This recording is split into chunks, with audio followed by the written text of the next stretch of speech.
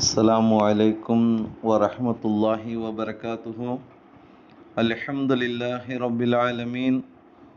வஸ்ஸலாத்து வஸ்ஸலாமு அலா சய்யிதினா முஹம்மதின் வ ஆலிஹி வ ஸஹ்பிஹி அஜ்மஈன். قال الله تعالى في القرآن العظيم أعوذ بالله من الشيطان الرجيم بسم الله الرحمن الرحيم ما أصابك من حسنة فمن الله وما أصابك من سيئة فمن نفسك صدق الله العلي العظيم. சர்வ புகழும் புகழ்ச்சியும் இவ்வுலகை படைத்து பரிபாலித்து கொண்டிருக்கக்கூடிய எல்லாமல்ல அல்லாஹ்விற்கே.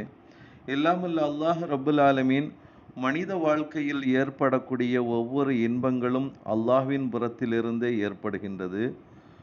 மனித வாழ்வில் ஏற்படக்கூடிய ஒவ்வொரு தீமைகளும் அது மனிதன் சார்ந்த சில செயல்பாடுகளினால் ஏற்படுகின்றது என்பது சார்ந்த ஒரு விஷயத்தை அல்லாஹு தாலா இவ்வாறு குறிப்பிட்டு காட்டுவான். மா அசாபக மின் ஹசனத்தின் ஃபமின் அல்லாஹ், உமக்கு ஏற்பட்ட நல்வாழ்க்கை இறைவனிடம் இருந்து உள்ளதாகும். வமா அசாபக மின் செய்யத்தின் ஃபமின் நஃப்சிக், உனக்கு சம்பவித்த துன்பங்கள் உன் காரணமாகவே விளைந்தது ஏற்படுகின்றது என்பதை அல்லாஹு தாலா குறிப்பிட்டு காட்டுகின்றார். நாம் உட்கொள்ளக்கூடிய பொருட்கள் ஒவ்வொன்றும் பல விளைவுகளை ஏற்படுத்துவது போன்றே நாம் செய்யக்கூடிய ஒவ்வொரு செயல்களும் ஒவ்வொரு பின் விளைவுகளை என்ன செய்யும், தோற்றுவிக்கக்கூடியதாக இருக்கும் அப்படிங்கிறத இறைமறை வசனம் நமக்கு குறிப்பிட்டு காட்டுவது மட்டுமல்லாது, அறிந்தோ அறியாமலோ ஒரு மனிதன் ஒரு நஞ்சை உண்டு விட்டால், ஒரு நச்சுத்தன்மை உடைய ஒரு பொருளை உண்டு விட்டால், சாப்பிட்டு விட்டால், அது அவனது உயிரை குடித்து விடுவது போன்று அறிந்தோ அறியாமலோ ஒருவன் தீமையை செய்து விட்டால் அவன் நிச்சயம் அதனுடைய பலனை அனுபவித்தே ஆக வேண்டும் அப்படிங்கிறதையும் நம்ம பார்க்குறோம். இந்த திருமறை வசனத்துக்கு வரலாற்று ஆசிரியர்கள் இவ்வாறு விளக்கம் சொல்லுவாங்க. இதுல படித்தவன் பாமரன் என்ற பாரபட்சமோ, பணக்காரன் பணம் இழந்தவன் என்ற ஏற்றத்தாழ்வோ, முஸ்லிம் அல்லாதோர் என்ற இன வித்தியாசமோ எதுவுமே கிடையாது அப்படிங்கிறத நமக்கு இந்த வசனத்துக்கு விளக்கமாக சொல்லி காட்டுறாங்க. அதுக்கு தான் ஒரு பழமொழி சொல்லுவாங்க, திணை விதைத்தவர் திணையை அறுப்பார், வினை விதைத்தவர் வினையை அறுப்பார் என்று சொல்லுவாங்க.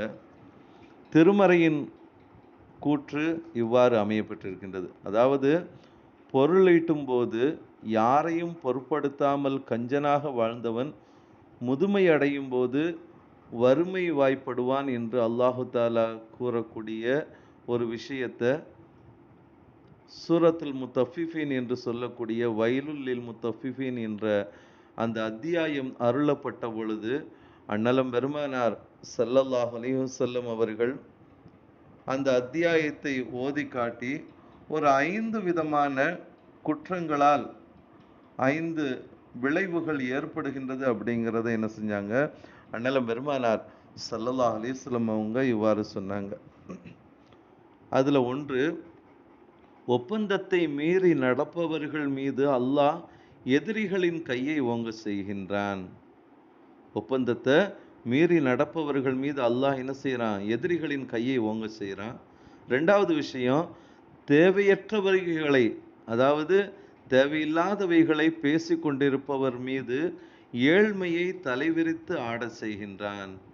3வது விஷயம், அறிவாற்றல் இருந்தும் வெறுக்கப்பட்ட காரியங்களை செய்கிறவருக்கு திடீர் மரணத்தை ஏற்படுத்துகின்றான். 4வது விஷயம், நிறுவை அளவில் குறைப்பவர் விளைச்சல் பாதிக்கப்பட்டு பஞ்சத்தால் பீடிக்கப்படுவார் அப்படிங்கிறதையும். 5வது விஷயம், ஜக்காத்தை கொடுக்க மறுப்பவர் மீது மழை நிறுத்தப்படும் என்கின்ற ஒரு விஷயத்தையும் அண்ணலம் பெருமானார் ஸல்லல்லாஹு அலைஹி வஸல்லம் சொல்றாங்க. ஆக மனிதன் செய்யக்கூடிய சிறு சிறு தவறுகளின் மூலமாக அவனுடைய வாழ்க்கையில் சில தடுமாற்றங்கள் ஏற்படுவதையும் சோதனைகள் ஏற்படுவதும் அது மனிதன் சார்ந்த ஒன்றே அப்படிங்கிறது அண்ணலம் பெருமானார் ஸல்லல்லாஹு அலைஹி வஸல்லம் அவங்க குறிப்பிட்டு காட்டுறாங்க. ஹாத்தமுல் அசம் ரஹ்மத்துல்லாஹி அலைஹி என்ற பெரியார் பின்வருமாறு ஒரு சில விஷயங்களை இவ்வாறு குறிப்பிட்டு காட்டுவாங்க. அதாவது பெருமை பேசி திரிந்தவன் அவனது குடும்பத்தில் கீழ்த்தரமானவர்களாலோ அவனுடைய குடும்பத்தில் உள்ள கீழ்த்தரமானவர்களாலோ அவனது பணியாளர்களாலோ கேவலப்படுத்தப்படாமல் அந்த மனிதன் இறப்பதில்லை. அதே போன்று பேராசைக்காரன் உடுக்க ஒரு முழம் துணிக்கும், அதே போன்று உண்ண ஒரு பிடி சோற்றுக்கும் பிறர் கையை எதிர்பார்க்கும் நிலையை அடையாமல் மரணமடைய மாட்டான். அதே போன்று அகங்காரமாக நடந்தவன் படுக்கையில் மலம் ஜலம் கழித்து குடும்பத்தாரால் அருவருத்து ஒதுக்கப்படும் நிலையை அடையாமல் இந்த உலகை விட்டும் பிரிய மாட்டார் என்று ஹாத்தமுல் அசம் ரஹ்மத்துல்லாஹி அலைஹி என்ற அந்த பெரியார் என்ன செய்வாங்க, இவ்வாறு குறிப்பிட்டு காட்டுவாங்க. அன்பானவர்களே, ஆக நம்முடைய சில அந்த தவறுகள் தான் என்ன செய்கின்றது, இப்படிப்பட்ட சோதனைகளை நமக்கு உருவாக்கக்கூடியதாக இருக்கின்றது. ஆகையினால இந்த உலகத்தில் வாழ்கின்ற பொழுது அல்லாஹ் எப்படி நமக்கு நலவுகளை நாடுகின்றானோ அதே போன்று நம்முடைய வாழ்க்கையில நாமும் சில நலவுகளை செயல்பாட்டில் கொண்டு வர வேண்டும். அதன் மூலமாக பல கண்ணியங்களை பெற வேண்டும். அப்படிங்கிறது தான் இந்த திருமறை வசனமும் இந்த வரலாற்று குறிப்பும் நமக்கு தரக்கூடிய ஒரு மிகப்பெரிய ஒரு பாடம். அல்லாஹ் இப்படிப்பட்ட தீமைகளை விட்டும் பாதுகாத்து நல்வழி நடந்து நற்பெயரை பெறும் பாக்கியத்தை நம் அனைவருக்கும் அல்லாஹ் வழங்கிடுவானாக.